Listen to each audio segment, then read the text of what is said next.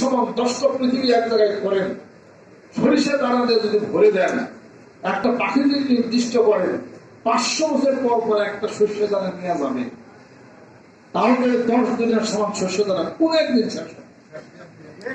এটা মনে রেখে না, কোন একদিন কিন্তু শেষ করে যাবে।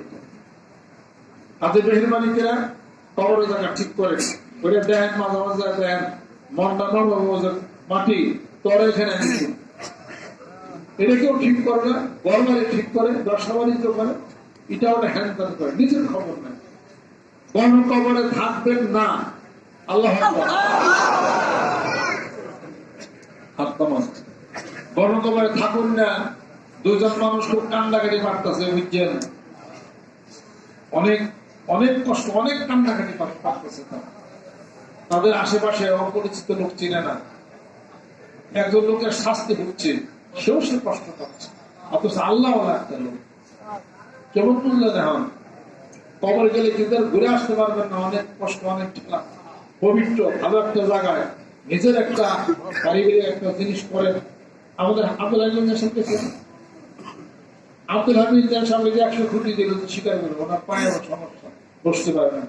ওনারা জামালপুরে উনি একটা বিল্ডিং করছে, মাদ্রাসা অনেক করছে, হাফিজি সাথে লাগা ওনার জায়গা সব ঠিকঠাক রেখে আমি দেখেছি, খুব ভালো লাগলো জিনিসটা, যে পবিত্র একটা জায়গা উনি চলে গেলে ওখানে উনি থাকে।